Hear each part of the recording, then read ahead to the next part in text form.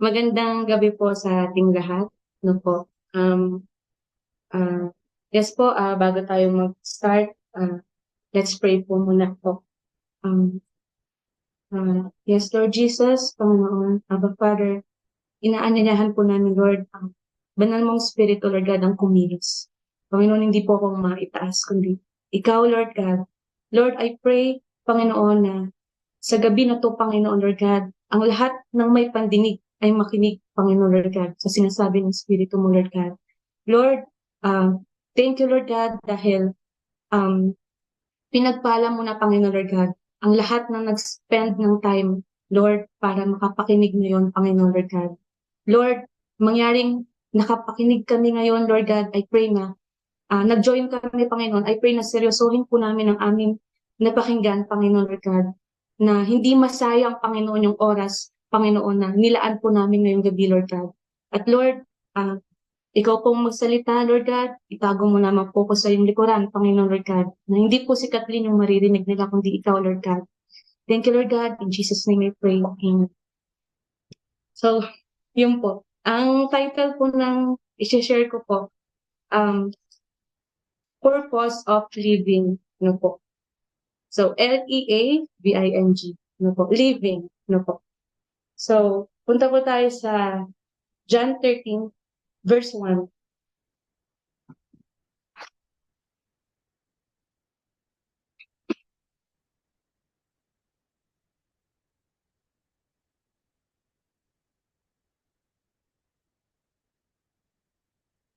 Okay po. Bisperas na noon ng Pasko, alam ni Jesus na dumating na ang panahon ng kanyang pag-alis sa daigdig na ito upang bumalik sa Ama. Mahal niya ang kanyang mga tagasunod na nasa daigdig at sila ay iniibig niya hanggang sa wakas. So, talon po tayo ng 33 po. Bible, 33. Sabi niya po, mga anak, kaunting panahon na lamang ninyo akong makakasama. Hahanapin ninyo ako, ngunit sinasabi ko sa inyo ngayon, ang sinabi ko noon sa mga Hudyo, hindi kayo makakapunta sa pupuntahan ko. So, yun po, rin po ang salita ng Panginoon. So po, dito po sa verse na to, hinuhugasan po na yung paa ng 12 alagad. No po. So, tinuring ko po, abang binabasa ko to, tinuring ko po na isa po ko sa mga alagad. No po. Kung minsan, no po, may nagpapaalam sa buhay natin, no po, na mas lalo pang nag-care, no po. Gaya ni Jesus, naghuhugas po ng paa. No po. So, ang reaction ko doon, ano ba yan, Jesus? Kung kailan ka aalis, ganun pa yung gagawin mo. So, parang, paano ko mag-move on? Di ba po? So, yun po. Pero, may iba kasing kahulugan yun. Amen po. So, kasi si Jesus, mapopromote na siya. No po. Uupo na siya sa kanan ng Ama. Amen. At, sorry, sir. Uupo na siya, no po, sa kanan ng Diyos Ama. No po. At hindi lang siya yung mapopromote. Pati yung 12 alagad na tinuruan niya, mapopromote din. Pero habang hinugasan niya yung paa ng mga alagad na to, no po, pinakita niya na yung paraan ng paglilingkod na hindi yung kayo yung paglilingkuran, kundi tayo yung maglilingkod. No po. Sila yung maglilingkod. No po. Number one reason po ng purpose of living na message sa akin ni Lord, it has been fulfilled or natapos na. No po. Kaya sabi niya po sa verse 1 tsaka sa verse 33, no po, namamaalam na siya kasi nakatakda na po siyang umalis. No po. Punta po tayo sa Luke 4, verse 42 po hanggang 43.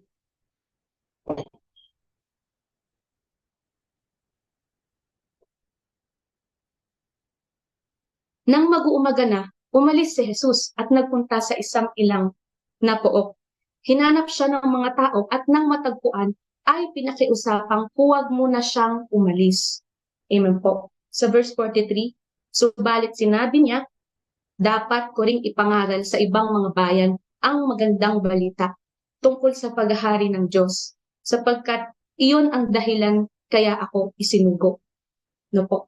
So, sa verse po nito, sa lugar ng Galilea, So, marami po siyang ginawa, no po. Nandoon na kapangaral po siya, nagturo po siya ng salita ng Diyos, nakapagpalayas ng demonyo, nakapaggaling ng may sakit, no po, at marami pong namangha sa kanya sa lugar na yun. Hanggang sa, yung mga tao na overwhelmed pa rin, no po. Kaya siya yung pinakiusapan na huwag muna siyang umalis. Amen? Pero, sabi niya, dapat ko ring ipangaral sa ibang mga bayan ang magandang balita tungkol sa paghahari ng Diyos sapagkat yun ang dahilan kaya ako isinugo. So, remember po no si Pastor Lex no po. No, pansamantala mo na siyang umalis, hindi naman siya forever. Pero po, 'di ba? Kaya siya umalis kasi para ma-establish pa lalo yung JCM Jeddah. Amen po. Mas matulungan sila, no po. Pero gaya ni Jesus dito, iniwan niya na establish, no po, na lahat nakaparinig at um, naniniwala po ako na iniwan ni Pastor Nex na malago po ang JCM, no po, bago po siya umalis po papuntang JCM Jeddah, no po. Kasi gusto po niya, hindi lang yung isang lugar ang lumago, no po. Dapat sabay-sabay po tayong lahat. Amen po. Punta po ulit tayo sa John 13 verse 1.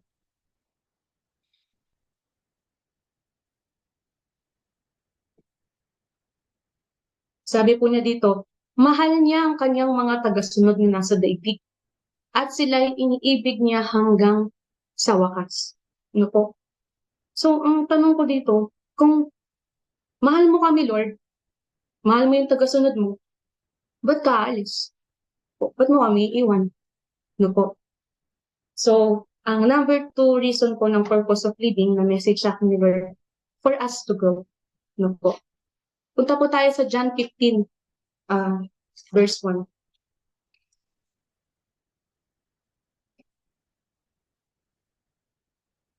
Ako ang tunay na puno ng ubas at ang aking ama ang tagapag-alaga. Verse 2, inaalis niya ang bawat sangang hindi nagbubunga at kanya namang pinuputulan at nililinis ang bawat sangang nagbubunga upang magbunga pa ng lalong sagana. Amen. No po. So sabi po sa verse 1, siya daw yung tunay na puno ng ubas. No po. Siya po yung foundation, no po, o katawan ng mga ubas, no po. Pero alam niyo po, minsan din po siyang naging sanga, no po. Kasi nagkatawang tao siya eh, no po. Nagkatawang tao siya. Pero siya din po yung unang sangang inalis, no po. O sa mas malinaw na salita po, unang handog, no po, o first fruit na tinatawag, no po. Para saan? Para po tayo, mapatawad po tayo sa mga kasalanan natin. Para mas mapabilis po yung connection natin sa Ama, no po. Kinakailangan niyang ihandog, no po. Kinakailangan niyang magsakripisyo alang-alang sa atin, no po. Sabi po niya, sabi po sa John 14:12,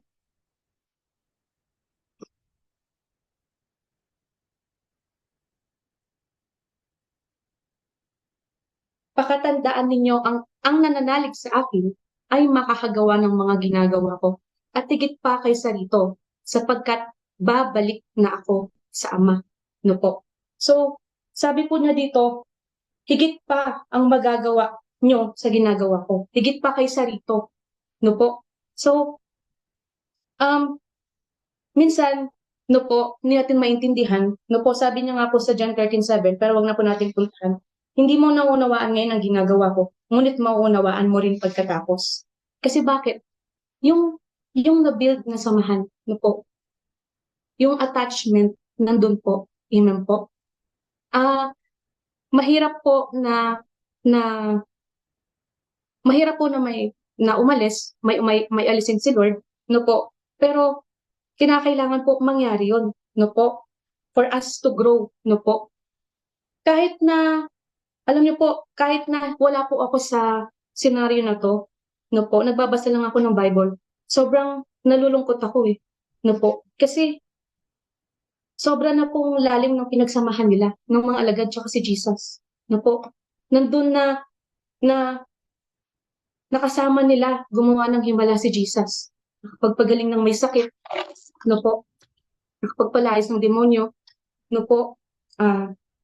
nagpakain ng maraming, nagpakain ng mga tao, no po, na talagang nakita nila kung paano dumami yung tinapay at saka isda, no po. Grabe yung himalang ginawa nila nung kasama nila si Jesus. Pero sabi po, ang mga ginagawa ko ay magagawa nyo rin sapagkat babalik na ako sa Ama. So, He believes in your potential po, no? He believes in you. Yun nga lang, kinakailangan may tapyasin si Lord, no po. So, kasi ayaw po niya na dumepende tayo sa, ayaw po niya na dumepende po tayo sa kakayanan natin, sa kung ano lang yung nakasanayan natin, no po. Gusto po niya lahat po tayo maging productive, no po, sa kaharian ng Diyos, no po, na gusto po niya yung mga, no po, yung mga, it's about time po na yung dating paupo-upo, kailangan na pong kumilos, no po. Yung pong hindi seryoso, dapat na pong maging seryoso. Amen po. Kasi um, ayaw po niyang sabihan tayo po no, na masama, no po, at tamad na lingkod. Kasi hindi po tayo nag-grow po spiritually. Amen po. So, um, yung season po natin ngayon, yung message ngayon, napapanahon po sa kung ano po yung season natin ngayon. Hindi po ba, may mga umalis din po.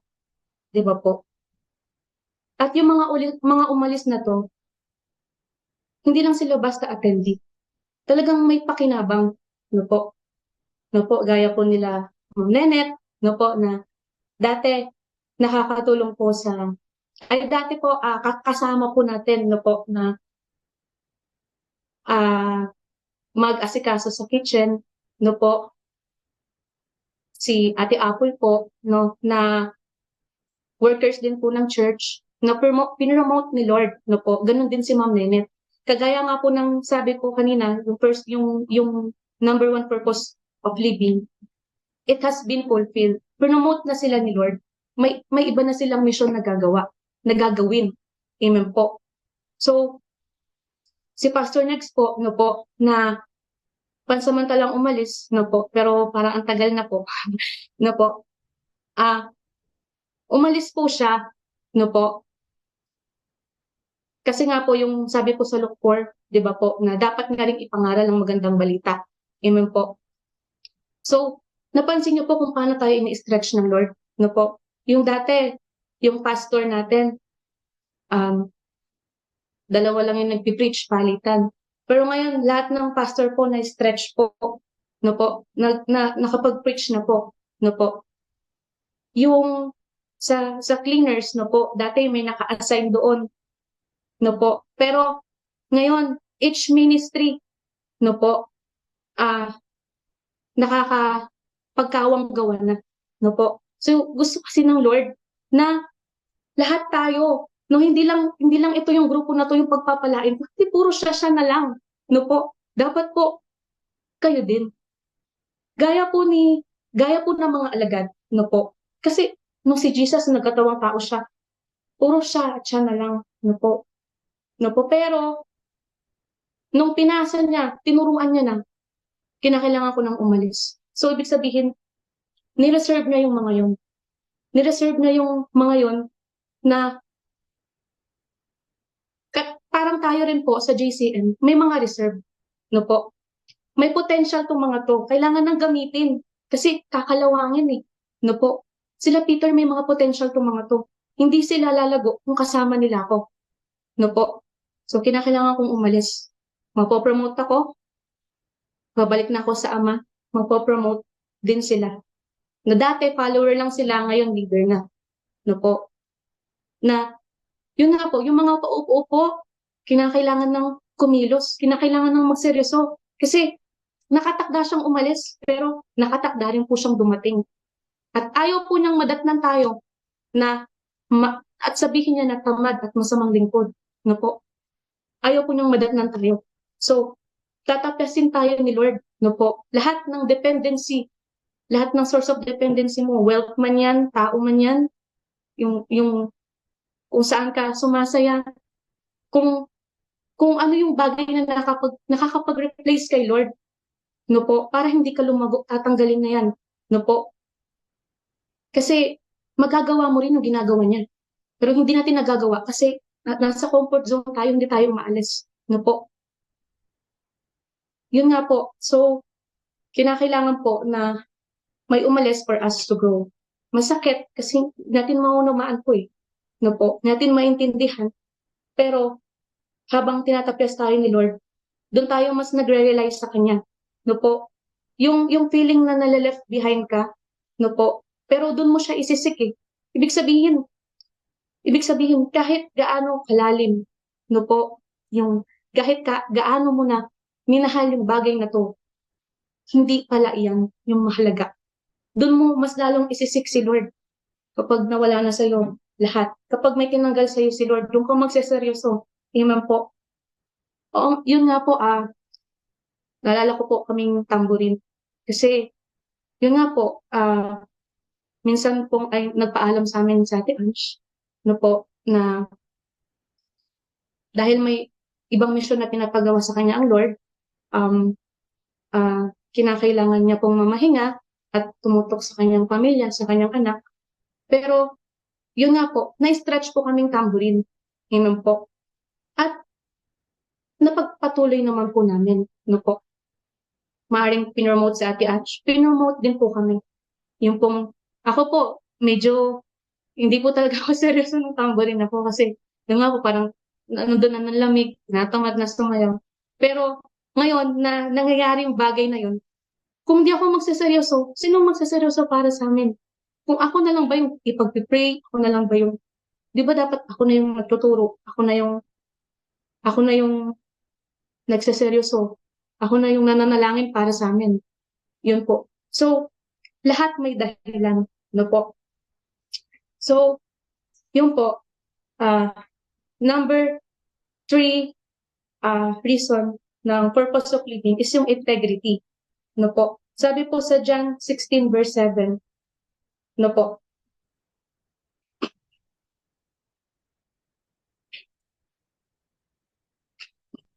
Subalit dapat ninyong malaman ng katotohanan. Ang pag-alis ko'y sa ikabubuti ninyo, sapagkat hindi paparito sa inyong tagapagtanggol kung hindi ako aalis. Ngunit kung wala na ako, isusugo ko siya sa inyo. Pagdating niya, ay kanyang patutunayan, sino po? Ay kanyang patutunayan sa mga taga-sanlibutan na mali ang pagkakilala nila tungkol sa kasalanan, tungkol sa pagiging matuwid at tungkol sa paghatol ng Diyos. Amen po. So, sabi po sa 7, subalit dapat ninyong malaman ang katotohanan, no po, na ang pag-alis daw niya sa ikabubuti natin, sa ikabubuti ng mga alagad, no po. Bakit? Alam niyo po yung katotohanan, hindi alam to ng kaaway. Amen. Akala niya anong namatay si Jesus. Tapos na, tagumpay na sila. Amen. Pero hindi po yung totoo. Amen. Gaya nga po ng sabi niya, it is finished, na pagtagumpayan niya na. It has been fulfilled, no po? Na yung katotohanan, matatanggap natin yung Espiritu. Magkakaroon tayo ng tagapagtanggol. Tayo yung maliligtas at tayo yung mabubuhay ng walang hanggan. No po? So, hindi po alam ng kaaway to. So, tuwang-tuwa sila nung namatay si Jesus. No po? Nagdiriwang sila. Pero, yung totoo, ito na po yung beginning, no po, of growth natin. No po? Na mga naiwan niya po, mga iniwan niya po. At doon na nung umakyat si Jesus, di ba po, bumuhos yung spirito. Napupuntahan po natin sa Acts 2 verse 46 to 47. Acts 2 verse 46 po.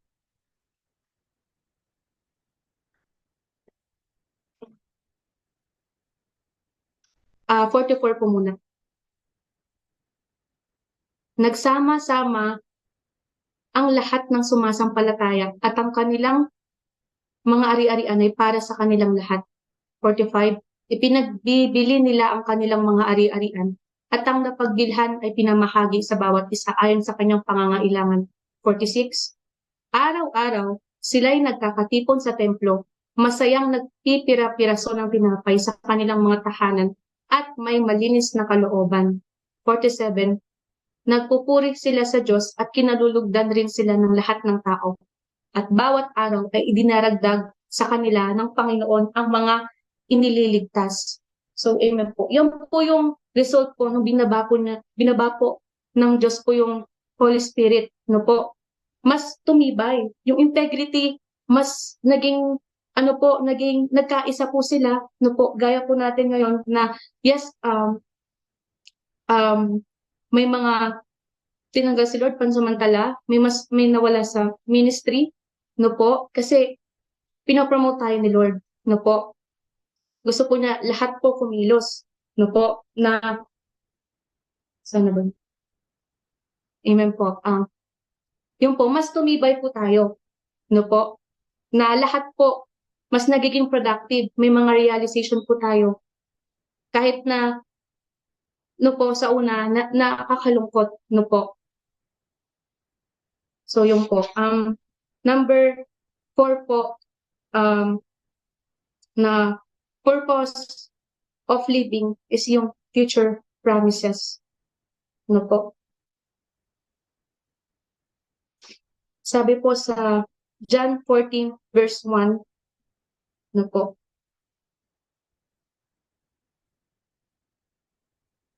Verse 1, sabi po niya, huwag na kayong mabalisa. Sumampalataya kayo sa Diyos, sumampalataya din kayo sa akin. No po. Sa bahay ng aking ama ay maraming silid. No po. Kung hindi ito totoo, sasabihin ko ba sa inyong pupunta ako roon upang ipaghanda ko kayo ng inyong matitirhan? Verse 3, at kapag naipaghanda ko na kayo ng matitirhan, ako'y babalik at isasama ko kayo upang kayo'y makapiling ko kung saan ako naroroon. Verse 4, at alam na ninyo ang daan papunta sa pupuntahan ko. Sinabi sa kanya ni Tomas, Panginoon, hindi po namin alam kung saan kayo pupunta. Paano namin malalaman ang daan? Verse 6, sumagot si Jesus, ako ang daan, ang katotohanan at ang buhay.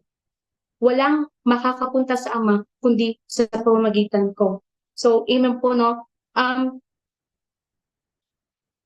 Isa po sa rason po kung bakit tayo nabubuhay, no po, ay sa promises na binitawan ni Lord, no po.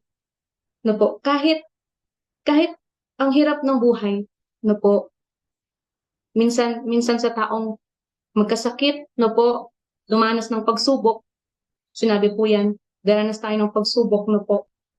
Kahit po, yung pagiging banal, um, nahihirapan tayo na po kasi nasa laman po tayo eh. Pero pinipilit po nating maging banal kasi yung promise ni Lord eh. Amen po. Yun yung inaasahan natin. No po. Kasi kung wala to, no po, baliwala po yung buhay natin. Kakain tayo, matutulog, mamamatay, and then tapos na. Pero dahil may aasahan tayo, no po, na kahit tayo naghihirap dito sa lupa, pangahawakan natin to. Pinangahawakan natin yung promises ni Lord. No po.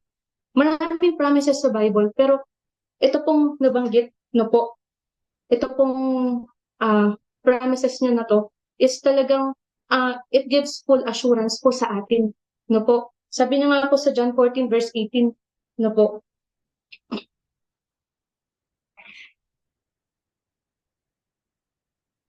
hindi ko kayo iiwanang nangungulila. Babalik ako sa inyo. So, di ba po, ang sarap po ng marinig natin yan sa Panginoon, no po, na babalik siya, no po. Um, yun po, so, bago po tayo matapos, no po, na may gustong sabihin ang Lord sa bawat isa po sa atin, no po, na nandito ngayon, no po, at sa mga manonood pa, no po. Kung may future promises po, meron ding warning ang Lord, no po. Merong reminder ang Lord sa atin, no po. Punta po tayo sa 2 Corinthians 12.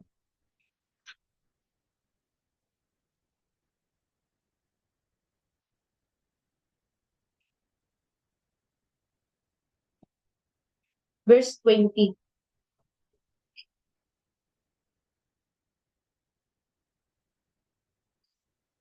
Nangangamba akong baka pagpunta ko riyan ay may makita ako sa inyong hindi ko magustuhan at kayo naman ay may makita sa akin hindi nyo magustuhan.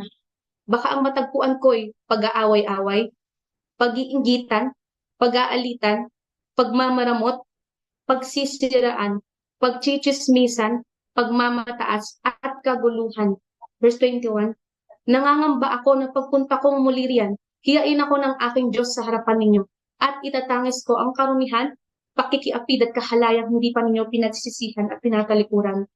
No po. So, ito po yung reminder ng Lord sa atin. No po. Kasi gusto po niya yung pagpapagal natin habang naghihintay tayo sa Kanya. No po, hindi masayang. No po, yung, yung, yung, yung kahit puyat tayo, aaten tayo, no po, sayo tayo, no po, magsasamba tayo kay Lord, no po. Maglilingkod tayo sa paraang kaya nating, sa kung saan kaya nating ibigay para makapaglingkod sa Kanya. Tapos, may mga spirit tayong ganito, no po. Ayaw po ng Lord na datnan niya tayo na ganito po yung nangyayari, no po. Na I pray po na lahat po tayo na-remind ngayong gabi, no po, na lahat tayo matagpuan, no po, na faithful, no po. Kasi nakatakda siyang umalis pero babalik po siya. Sabi po niya sa Revelations 3 verse 19 to 21 po.